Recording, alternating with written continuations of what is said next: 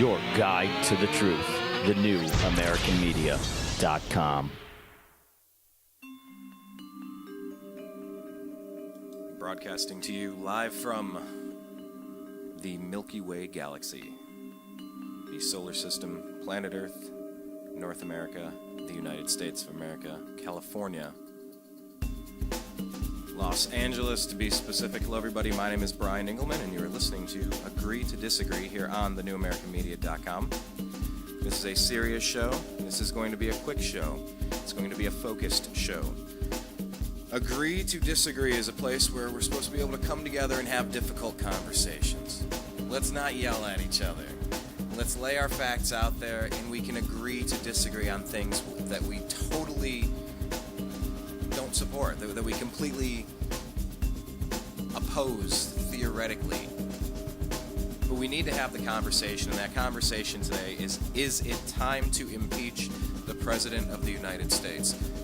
That's not something I'm having fun saying. It's not something that I want to be thinking about. But I will tell you, it's part of the reason why we started thenewamericanmedia.com. Because we need to have this conversation, and I didn't like enough of what I was getting from MSNBC, from Fox, from talk radio, from... I don't trust these people anymore. The media, the candidates, the politicians, the companies, the other countries. And it's all leading down a really weird path. The National Defense Authorization Act, the NSA, Fast and Furious, the fraud that was Obamacare. Remember, if you like your doctor, you can keep your doctor, period. I'm someone that was thrown off of my health care plan. I'm somebody whose premium was raised $100 a month. I'm somebody who can no longer see the doctor that I've seen for the past 7 or 8 years because the president lied to me and screwed up this whole health care system. This doesn't mean I'm supporting the Republicans either. I'm just saying that this crap is crap. You've heard the stories, but how many people telling the stories had that personally impacted to them? That's why I started this. I went through a subprime housing crisis. Bought in 2006, the bottom fell out, and I've been battling banks and mortgage companies ever since. So yeah, we've reached a point in this country where we either continue doing the crap that's screwing it up, or we go for a change. So I'm going to welcome into the program today Blake the eccentric Walley. We don't have him for as much time as we normally do, so I would advise you, therefore, to go check out the archives of our shows. You can do that by looking at thenewamericanmedia.com. They're all in there, a whole bunch under politics. You can also check out and subscribe to youtube.com/thenewamericanmedia. You can follow us on Twitter. We're at American_media_. And on Facebook, do a search for The New American Media. And like the page. If you go to thenewamericanmedia.com on the middle right side, on the right side is where you'll see the TNAM radio button to click if you want to hear our next guest coming up after Blake. We're doing a sports show if you want to talk about the NBA draft. Yeah, I talk about other things too, sometimes to keep me sane, sometimes to keep me occupied, sometimes because I'm a really big sports fan. I'm just talking about the stuff that I believe in, take it or leave it. I'm a Cavs fan. I don't like LeBron James, but I think he should come back and finish what he started. It'd be great to see the Cavs win a championship. But I have an NBA scout, Zach Barris. He's coming up next. But anyway, on the right-hand side of the New American Media, you see the TNAM radio button where you can click play and listen live to every one of these shows. It's been a hell of a 3-year ride that we've been on. It's kind of like a 3-year beta test, but I think we're warmed up and ready. But over on the right-hand side of thenewamericanmedia.com, you'll see the Facebook page and the Twitter feed, so you can just click them directly from our homepage at thenewamericanmedia.com. And I think it's time. I think it's time to... All right, we've warmed up enough. Let's play the game. And so we're kind of making a little bit more of a launch to introduce ourselves to you, more so than we ever have been. I think we've done a lot of great work. There's a lot of cool interviews with good people. Hell, check out Abby Martin if you go to thenewamericanmedia.com. I interview Abby Martin from Russia Today at the top right of the page. Very interesting girl. Woman. Met her, Mortal Technique. You can check out that video. Adam Kokesh, Luke Radowski, Ben Swan, Dan Johnson from Panda, Rosa Corey, who wrote the Agenda 21 book, Behind the Green Mask, musician Tatiana Moroz, Sean Stone, formerly of Conspiracy Theory, now doing some other stuff, working on some other projects. All those videos are there, so please just take a look. It would be really cool because we don't have the budget to do this full-time. We don't have a staff that it requires to do this full-time. Like, you are literally getting in on the ground floor here. It's been a 3-year beta test, and now it's kind of time to roll. It's time to build the team and put the things in place to really launch this. But what we've tried to do, since we can't do 24-hour programming, since we can't do seven-day-a-week programming, we've tried to get you really cool interviews. You can still check out the conversation with John B. Wells, who will be coming back at some point. I don't know exactly when. We're sorting that out. The missing flight, the Malaysian flight that just disappeared. It's still relevant. It's the number one story that we have right now because it's been really important news that just, pardon the pun, fell off the radar. And I do mean pardon the pun because, I mean, there are family members. Like, this isn't funny. You know, there's so many weird things going on this planet. But yeah, check out that interview. Check out everything that we've been up to. It's been a blast. We just celebrated our 3-year anniversary, and I appreciate each and every one of you for taking the time to be a part of this. This topic we have to cover today, it's just unfortunate. But we're going to kind of lay out, and I know there's that new book out, laying out the case for impeachment. I got to bring those guys, whoever that is, out of the show, interview them as well, because it's hard to keep track of all the quote-unquote phony scandals, and I just think we deserve something better than this. It's not comical because it's not funny. People are dying by either ineptitude or intentional acts. It's just, well, let's bring Blake the eccentric Walley into the program, and we'll talk some more.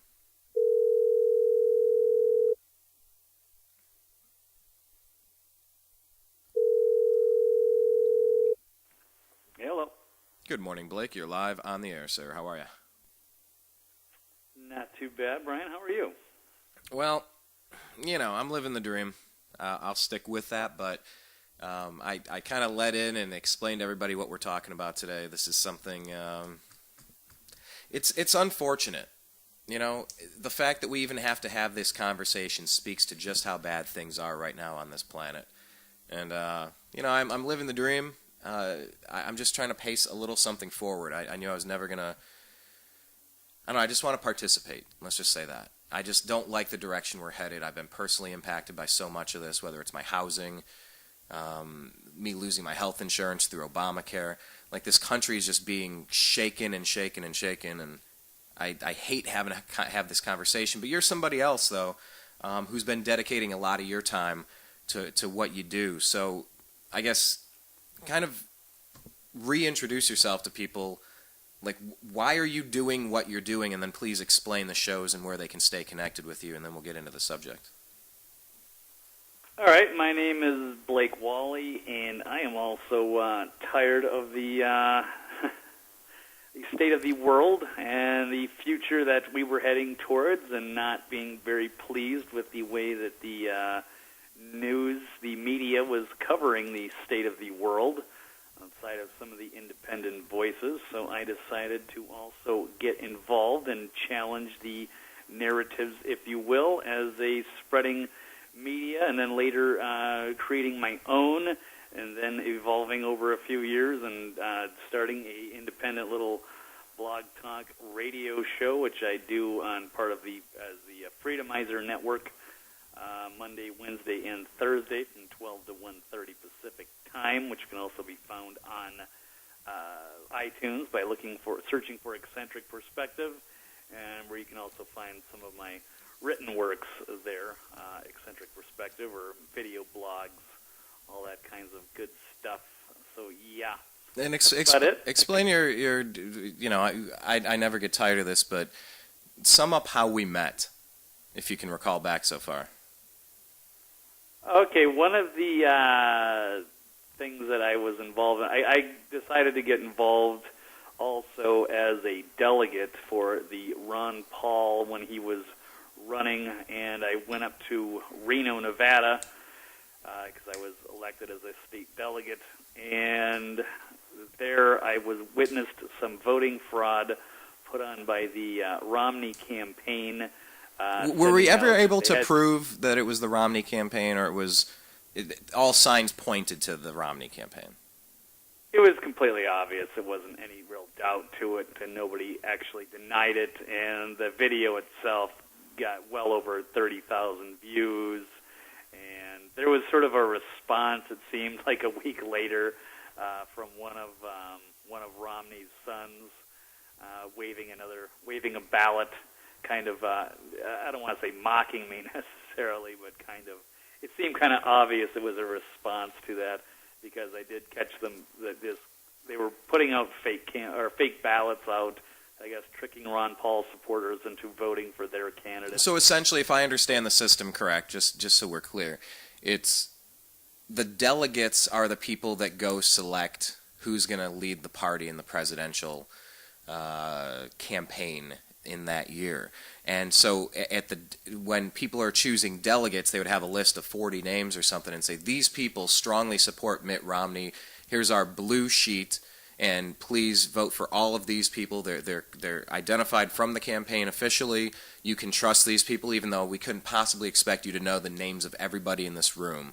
These are the people we've approved that are going to, help get us over the top.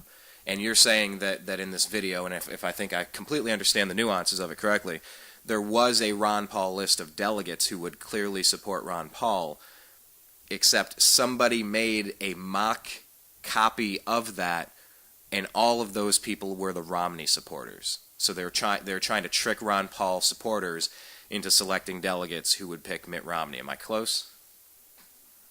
Yeah, pretty much exactly. Yeah, there's because we have in Nevada here is 25 delegates that were selected to go from the state to go to Florida for the national convention to decide ultimately who the president is, and it's not by the popular vote. It is by the delegates that do choose. So depending on your state, how many delegates you get. In Nevada here it was 25. So yeah, there's a list of a lot of people that want to be delegates and go to Florida, but it's pretty much impossible to keep up with all the people's names and who they are and all that stuff. So it makes life a lot easier just to have a ballot to vote from. That way you have all your names right in front of you. So yeah, they'll send sample ballots. They'll send sample ballots when they're nationwide elections or the local elections for school board and levies and agenda items that they're trying to, whether it's light speed rail or high speed rail or a school bond to raise money for the kids. They'll send out the sample ballots to people.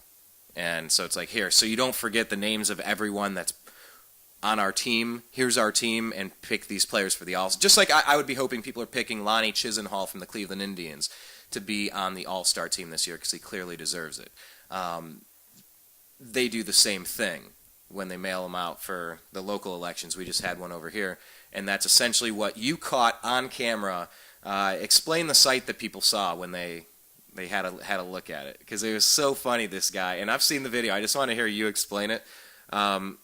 So you caught the fraud. What happens? When did you take out your camera? What's the first thing you caught on tape? And what's the most significant part of the whole experience for you? I think I pretty much edited the videotape exactly like I saw it, and I really didn't edit that much of it, just other than piecing the parts together. Is just hearing the story from people that were on the ground there that they were handing out. The Romney campaign was handing out fake ballots, and then I saw one of the girls from the Ron Paul thing, and she was holding up 2 copies, one of each, of the fake ballot and the real ballot, saying, everyone be careful, make sure that you know that there's 2 different ballots going around, one's not ours. And so then I took a video of that, and then I heard that they had busted some kid that was handing out, one of the people that was handing out fake ballots, and so I kind of ran around the room and ran downstairs, and then I ended up finding one of the kids, like the useful idiot they had handing out fake ballots, wearing a Ron Paul T-shirt, and yeah, it was pretty obvious. And then, of course, he was in trouble. No. The Ron Paul T-shirt was 2 sizes too small. Also, that is correct. It's I hate to rip on the kid. No, it's a listen. It's a hate. I'm pointing that out because it's a hastily assembled attempt at deception. And they had their plan. Here, throw this shirt on. Oh crap, we got a small one instead of a large. Buddy, just squeeze into it. Let's get out of here in 5 minutes, and you'll get your $200. One of those kind of shady things. It's just another piece of evidence. And this guy's like a deer in headlights. You can read his facial expressions. Busted. He's probably getting extra credit for some civics class he's taken in school or something to go join the Mitt Romney campaign, and they talk him into, hey, why don't you wear a Ron Paul shirt? We got a few of these extra shirts, and I guess this is the only one we got left. Here you go, and just hand out these fake ballots, and there you go. I don't know how much. He's probably very compartmentalized. It's just I feel I don't want to rip on the kid necessarily, but yeah. Anyway, the whole video was a bad done, scene. And yeah. No, but I mean the point is, I just wanted to kind of introduce people to you so that they know who you are, because I think it's important to understand some of the crap you've seen and been through personally, which has led you to do your show so aggressively 3 days a week. Because this is something that you legitimately care about. This isn't a game. This isn't a joke. This isn't the best way we both want to spend our Fridays, is it? Well, not necessarily. I guess we'd rather be and have the world be a much happier, better place where we don't have massive corruption problems and everything, life is good, and we can go pursue the American dream on our own rather than having to, get into a war, an informational war with the establishment and the corrupted mainstream media, which is, what we've been forced into. So when you say a war, I mean it is that serious. Like you see, and I just laid out a couple of things. The topic of today's show is it time to impeach the president? Do you agree or disagree? So first, let me ask, do you agree or disagree? Because I was laying out a case where in warfare you would have the IRS targeting Americans as a weapon to harm them. You would commit fraud by saying if you like your doctor, you can keep your doctor, period, knowing full well that is not the plan to destroy our healthcare system.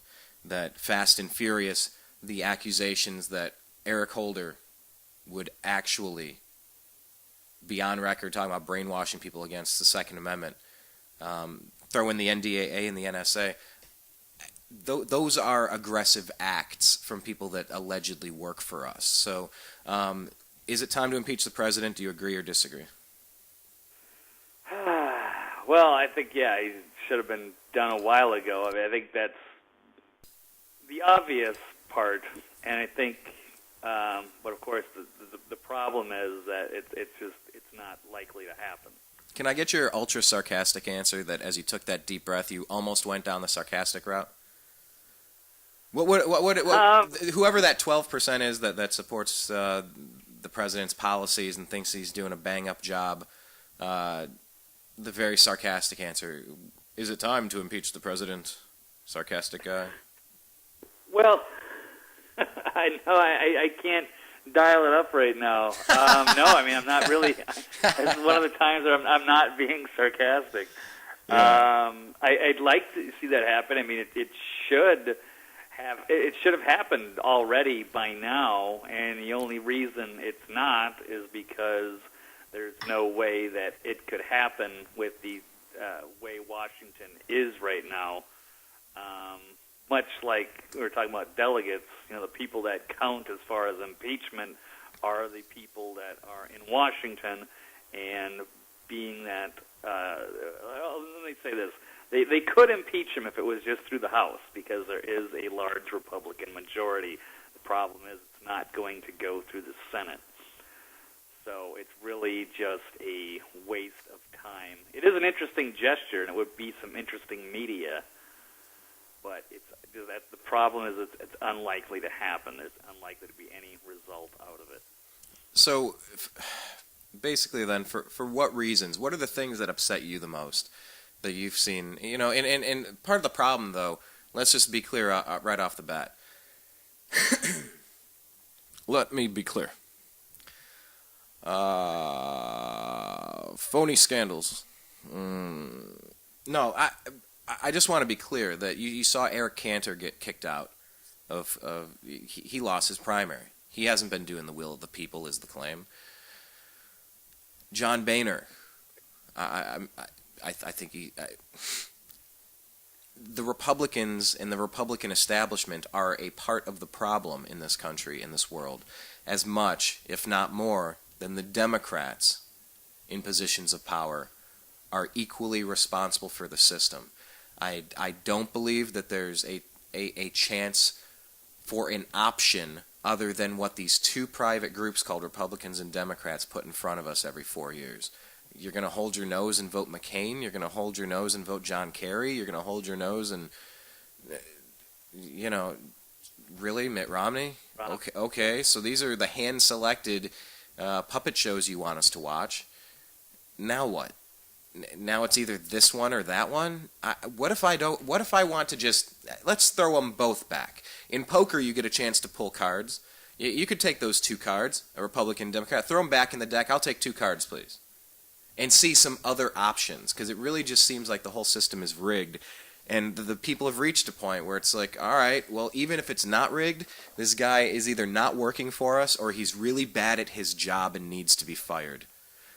Nice guy, maybe, whatever's clever, but he's just not he's not doing a good job at his job, so we need to find someone that can.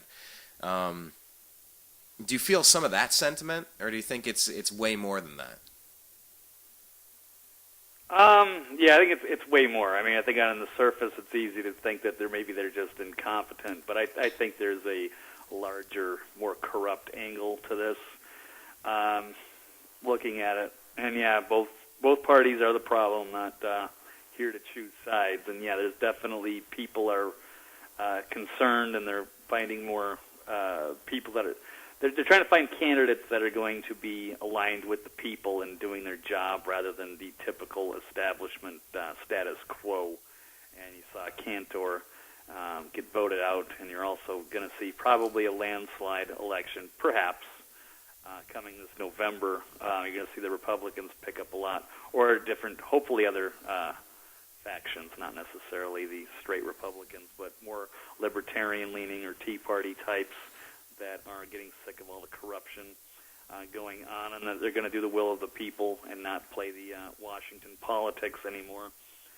So, but probably not going to get enough votes, or not enough people in the Senate to push a 2/3 majority, which is what they would need to actually impeach the president. They would require 67 votes, which means that they would have to have, probably even on an optimistic, and I'm quoting from a Melissa Moulton article that I read yesterday on the Activist Post, that you would need, even if it was optimistic and there was a big swing in the Senate and you were able to get 55 Republican majority in the Senate, that you would still need 12. By that number, you would still need, picking up 10 seats, I think that would be, which would be very significant and reasonable. But you'd still have to get at least 12 Democrats to switch sides to vote for impeachment. Well, you know what, though? Unfortunately, yeah. Go ahead. I'm sorry, finish. Unfortunately. Well, that it's unlikely to happen. They have really been sticking together on that, so it's hard to picture Democrats switching sides, although you would hope that they would. There was a shellacking in this country in 2010 at the height of Obamacare and the housing crash. I don't see why there couldn't be a similar shellacking right now. Iraq is completely crumbling apart. Our southern border, we are being allowed to be we are allowing ourselves to be invaded. Thousands and thousands of people sneaking into the country that you're catching. That is an invasion. That is an attack. That is a very deliberate act with very deliberate consequences, whether it's the spreading of disease, as you've seen down in these concentration camps, FEMA camps. Yeah. This is not good. So don't tell me that I have to take off my shoes and I can't take a bottle of water with me on an airplane anymore to protect me from terrorism, when tens of thousands of people that we are not screening for taking off shoes and confiscating bottles of water are flooding into the country right now. I'm telling you, that is either an intentional act to not put the National Guard down there immediately and stop it, and put pressure on the Mexican government to put pressure on the people enforcing the laws to keep all of the smuggling and the crime and the bad stuff that's piled tens of thousands of bodies on the southern U.S., northern Mexico border away from us. Or you're just so bad at your job you need to be replaced. Which of these issues is the biggest to you, or which few? Because there's so many of them that are just starting to. You get what I'm saying? I know. Yeah, it was bad enough a couple weeks ago. We were talking about the VA scandal and and those two disasters, and then all of a sudden, over the last couple weeks, we've seen immigration just gone wild, and of course, the Iraq falling apart now. So it's one disaster after another, one scandal after another. It's totally out of control. So you'd think that this would be easy, impeach this guy, put somebody else in, and we could move on. But it's a whole corrupt culture and a whole corrupt administration. So even impeaching at this point, I don't know if that would really change things. It might. Well, of course, the IRS scandal is also red hot right now. So there's three really big issues. Explain the latest with the IRS scandal. Give us the background of what happened there. Well, the latest as the basics of it, though, for the people that have kind of heard about it but they don't know why it's relevant. What happened? Who do they think did it? Where is it at now? How bad is it looking for the administration? Well, it looks like they were scrutinizing, Tea Party groups or patriot groups, and for audits, and giving them a hard time as far as getting tax exempt status. And it looks like it was a big conspiracy to target political opponents with using the IRS as a weapon. They tried to blame it on a couple of rogue agents in Cincinnati, where the first story broke, and then it kind of went up to the top, and then it went up to this Lois Lerner lady who had to plead the fifth. You had the commissioner of the IRS resign. They switched him out, and she has pled the fifth twice now, actually. And now when we're trying to dig into the information, trying to see how high level this goes, who was actually involved. A lot of people think that the White House was connected. They were directed from the top, perhaps Obama himself, like, hey, it's time to start targeting our enemies with this, with the IRS. So, and that's something the president has said in campaign mode before about rewarding your allies and punishing your enemies. That this is at the core of how they're playing the game. He's on record saying that. Yeah, I guess this is how things are played in Washington or Chicago, which is where Obama is sort of out of, in a way. Learned a lot from there. That's Chicago-style politics. And, that's just part of this culture. And it got caught. They were busted. And we don't know how high level this whole thing goes, but they've pleaded the fifth to not talk about it. And now the latest development, of course, is that all of the emails from this Lois Lerner, which were under investigation and subpoenaed by Darrell Issa, they have all of a sudden disappeared, and they've recycled the hard drive. It's how convenient. So now there's like criminal obstruction of justice going on.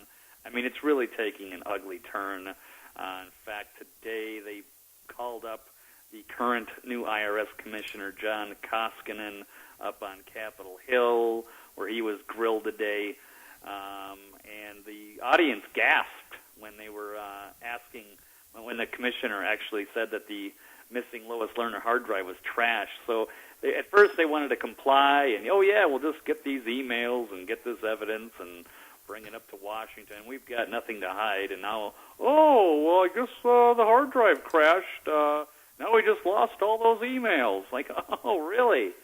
All right, they really think we're that stupid. And, of course, a good grilling from Paul Ryan probably had the best sound bites today, where he just basically told the IRS commissioner, I don't believe you. And why should we? It's totally ridiculous, and there's people that are, savvy with computers that just say that's not even possible, and it's taken a very ridiculous turn. I don't know what this administration is thinking. Obviously, they're panicking.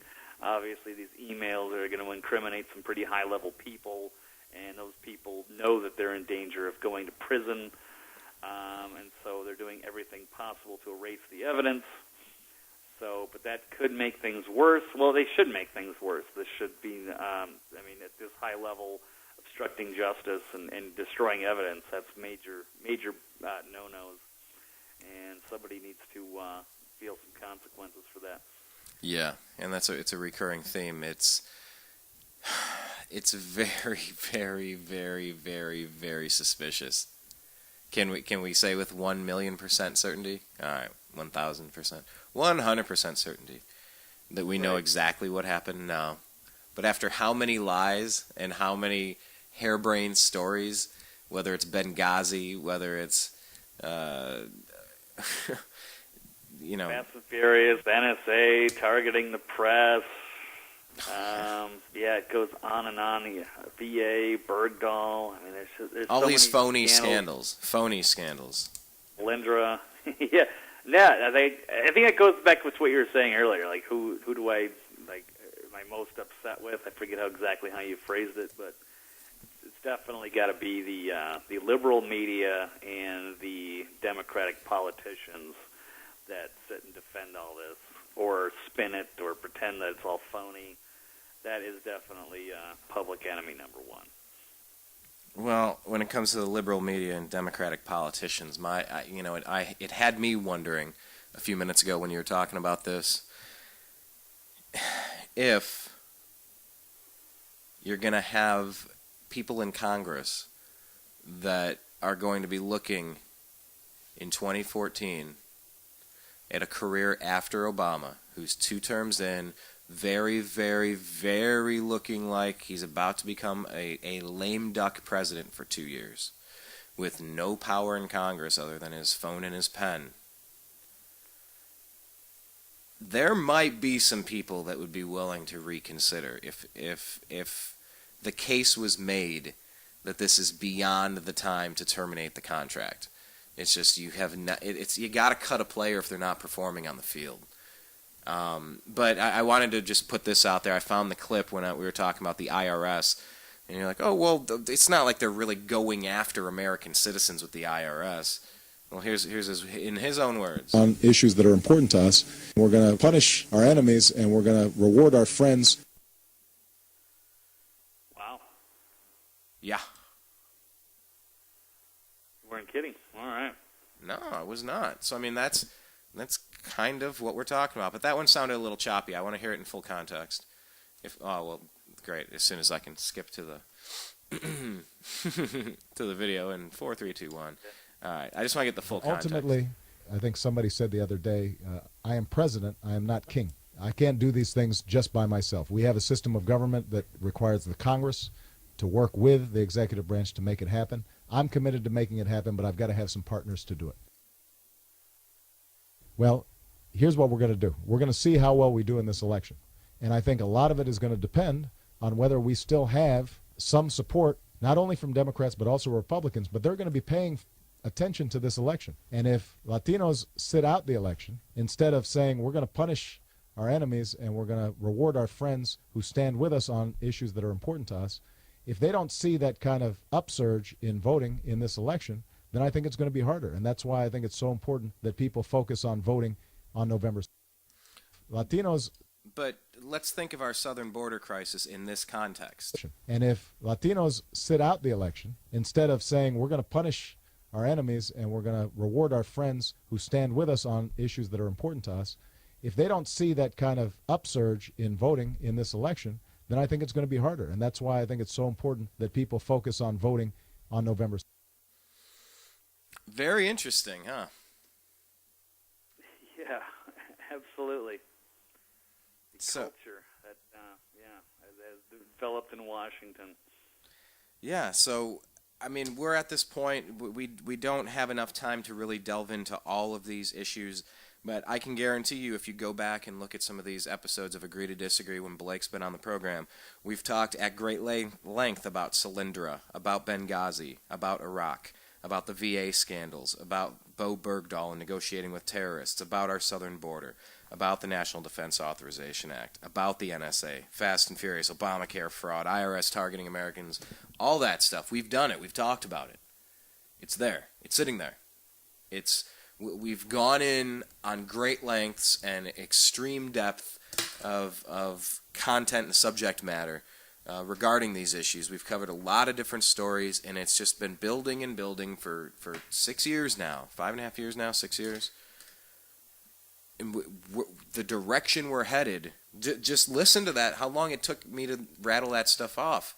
And that's not even all of it. There's a lot of other stuff that doesn't really pass the smell test. So, I'm asking people to go back and listen to the full episodes of the program, Blake, and, they can get some more information on that. We've had a little bit more time to, vet out the issue a little bit more, really get a more nuanced understanding of the intricacies of, how do you describe Iraq? Hey, in 140 characters, Blake, describe Iraq. The history of. In 140 characters, how do I describe what's going on in Iraq now? I don't know what to say on that one. It's really okay, and I'll give you a second to pause on that, because that was my point. We just did this show, and it was not a very long show, 30 minutes or so. And we don't have time to go into it. Neither can you describe the mess and the raging civil war in Iraq in 140 characters. You and I can't lay out the case. We can't give you all the information in 30 minutes. But we're saying if you look at thenewamericanmedia.com and scroll back through the content, there's a lot of timeless information in there and timeless conversations that we want to have. So, I'm asking for people to share this with everyone, to subscribe, to follow on YouTube and Twitter, Facebook, all that stuff, and we talk about this at great length, but for me, I just kind of wanted to bring it up today and ask if people agree or disagree that it's time to impeach the president, because at some point you have to draw a line in the sand and say, I cast my vote for this. I do not believe in this, so therefore I will believe that. You have to make a decision. So I'm asking decision time to America. Is it time? And you essentially said yes, it is as well. Right. I don't think there's any chance it'll happen. But I am kind of curious, just hypothetically, since they're destroying evidence for this IRS thing, if they can actually, link this up to President Obama, if that would link up to some actual, would that be some kind of criminal charges against the president? Would that take the place of impeachment if he was actually implicated in this or implicated in any other thing with, say, Benghazi? Obviously, we don't really know his whereabouts or what he was doing that night when which is incredible. We were under attack. But once we actually do find out and then realize that, we know that the cover story was a lie, and we do know that he went in front of the United Nations days later saying it was about a video. That was a knowing lie. We know what's going on with this immigration thing. There's something very suspicious about that. There are things that could get him, implicated in, I guess, maybe criminal charges, and then that we wouldn't need to impeach him because it would be, I don't know. It just depends on how all these things develop, I suppose. But the Democratic Party is in a lot of trouble, and they're just really just trying to stick together, hold this all in, and I guess I don't know what they're trying to do, and it's disturbing that it has to be like that and has to be that divided. I don't know if they'll help out with the impeachment. It was pretty sad today. There was an interesting video I saw. I want to say it was out of the Blaze. I'm not 100%. I'll tweet it out here momentarily, showing the way the Democrats were their side, because they get to, when they were on grilling on Capitol Hill, and you saw the softball stuff and how they were basically praising this IRS commissioner, where the Republicans are going after him. It's way too divided, and hopefully we'll see a big swing this year, the elections, and get some more people, and hopefully people that aren't Republicans and Democrats, and people that are going to do their job and represent and not play the typical partisan politics we've been accustomed to. Yeah, and I, as you referenced earlier, when you witnessed the delegate fraud right in front of you, captured on camera, you know that when it comes to Democrats and Republicans, very few things get shadier. And I think that's what's gotten us into this problem. If we don't vote libertarian, and I don't mean the Libertarian Party, I just mean constitutionalist, whether that's a Republican in the Tea Party, whether that's a Democrat that has their head screwed on correctly, there is a way to defend civil liberties and keep the government from spying on you and abusing you and spending how many 17 trillion on a credit card. Some foreign country expects you to pay that back, and we don't have it, and nobody's taking it seriously, and it's beyond the pale. It's past the point of sitting on the sidelines. So that's why I just kind of had to say, look, it's time, and I don't get a lot of joy out of this. Like I try to have as much fun covering these horrible issues as I can, but at some point that's my choice. I do feel that it's time to impeach the president, and it's very disappointing. And a case could be made for President Bush, and a case was made for Bill Clinton, and a case was, go back to Reagan with Iran-Contra. The presidency has never been without its scandal, but I have never read in history of anything like this. So many important issues at the same time. But hey, look, we're just about out of time. So real quick, tell people where they can stay connected with you, Blake. Yes, thank you, Brian. Yes, I am. Follow me at Twitter would be the best spot. That would be eccentric99. You can also check out my homepage at eccentricperspective.com, and I'm also on freedomizerradio.com 3 days a week, Monday, Wednesday, Thursday from 12 to 1:30 Pacific, and you can always catch the podcast by looking at iTunes for Eccentric Perspective. All right, cool. Well, I'm gonna leave us with Juice Media Rap News. You might as well listen to this and understand why it's so serious. My name's Brian Engelman. You've been listening to Agree to Disagree here on the TNAM Radio Network. I appreciate you. I love you.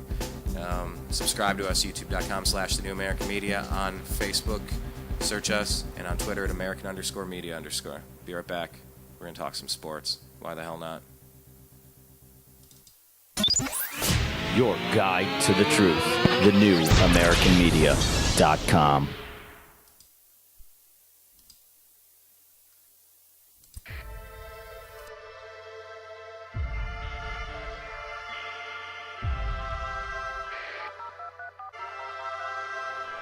Welcome back, netizens, to this newest edition in Juice Media series of rap news journalism with me, Robert Foster. This evening we're actively delving in depth to facts which affect all of us who dwell on this internet, and we've got to give a special welcome to all the ladies and agents from the NSA, AC, or MI5. Glad you're listening in, because today's show is all about surveillance and how it's spreading from the streets into our modems. As we speak, laws are being tacitly written in to implement ways of controlling the expanse of this internet, to keep us safe, we're told. But from whom? And will this place ever be the same if these plans go through? To find out, we connect with our first guest to comment on the matter. We're live at the Panopticon with General Baxter. General, son, good to have you back again with us. Explain why the state is spying on us. My fellow Oceanians, as you know, we've always been at war with Eurasia. Or is it East Asia? Either way, it's war, and we need division to wage it. But now the proles are connecting online, bypassing these illusory divisions of race, religion, and nationality. Sounds grand to me. It's a catastrophe. Centuries of hard work are being undone, profits are vanishing, and it's due to the internet. It's empowering devouring humanity. We need to get this snafu under control rapidly. How? Behold the latest weapon in the war of terror. Our greatest invention since 9/11. Guaranteed to keep us free and safe forever. I give you the surveillance state, ladies and generals. Our secret wires log your key style. Monitor every single number on your speed dial. Rewind straight to your position with facial recognition and pinpoint you within 0.03 of a mile. We've put eyes everywhere without consulting you, keeping you safe whether or not you want us to. Soon there'll be no freedoms left for threatening. Then we'll have won the war. Take that, terrorism. Brilliant. Thank you, General. We now interview our resident guru, Terrence Moonseed, for a different view. Greetings. How does this situation look? I have one word for you, Robert. Double plus on good. The world populace of 7.4 billion are all headed in the direction of Orwellian totalitarian oblivion. My voice is hoarse, yelling about stellar winds, cold chilling them and trap wire weaving through the world wide web we all dwelling in. Face it, the all-seeing eyes in all of our Facebooks like a virus, and in these iPhones with Siri, or should I say Iris. Next in line is RFID devices and mind chips triggered by chemtrails the plague spray the sky with. This time it's too far. Check out the base they're building in Utah, where they'll be storing all your data for over a century. It's FUBAR, and under the outback is an entire tunnel of wires, an echelon base called Pine Gap to hijack our mother Gaia. Hey, maybe your mother's gayer. Boo-hoo. Why didn't you just kill yourself like most of your troops do? That's it. Now you're on the cast iron list. Hang on, General. Why weren't we informed about this? Sorry we didn't tell you about our grand plan before. It was meant to be a surprise, under wraps and in store. But some spoil sports had to go and ruin it for all by blowing whistles in spite of the damn law. Bill, Benny, and Thomas Drake are trailblazers for leaking these tactics. Hey, civil liberty activists, this is all legal. Anything we do now actually is. How did- You can't question my authority thanks to this. And that shit's global, people. In Australia, it's now legal for the government to store all SMSs, searches, and emails. Australians, it's taking place under your nose. Unless you wake up, all your data are belong to ACO. Come on, everyone knows. You can trust the government now. If you got nothing to hide, you got nothing to worry about. That might be the case with things that are happening now, because most people agree with most of the laws that are being handed down. But once the Illuminati reveal their agenda for you, this surveillance will enforce laws you no longer consent to. But by then it'll be too late to protest too. And anything you've ever said, typed or browsed can or will be used against you. I'm confused. So what should we do then? What should we do? Nothing. This is all an illusion. It's just a ride, a delusion, the Matrix, the Maya deceiving us. You hippies really make our job so much easier. Sorry to interrupt, but we're picking up a signal from beyond the space-time continuum. Quick, switch on the juice channeling portal. Wait, is that George Orwell? Good day to you.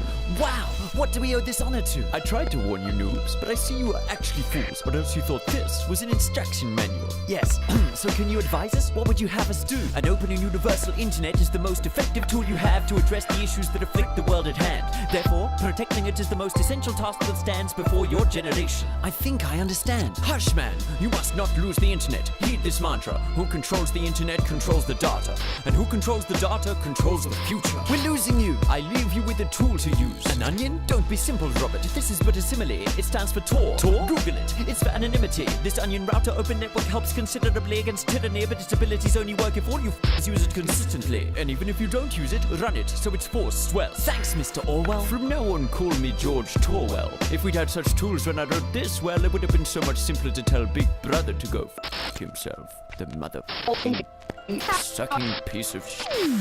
Thanks, George Torwell, for manifesting direct from this memory hole of history to impress on us these messages. We're told we need safety, which is precious, yes, but can a society that can enforce all its laws ever progress? Hindsight shows that many figures guilty of thought crime turned out to be luminaries and heroes before their time. But if a surveillance state had reigned then in this form and design, just think of all the progress we may have all been denied. Could lobbies for women's or gay rights have appeared and thrived? Would revolutionary ideals have materialized? Would science have pioneered or even survived if every word had been monitored by thought police and spies? Big Brother brings chilling effects, freezing our collective hopes. He doesn't protect our safety, but protects the status quo and threatens this internet, the one channel yet uncontrolled, whose openness we are now called upon to effect and uphold.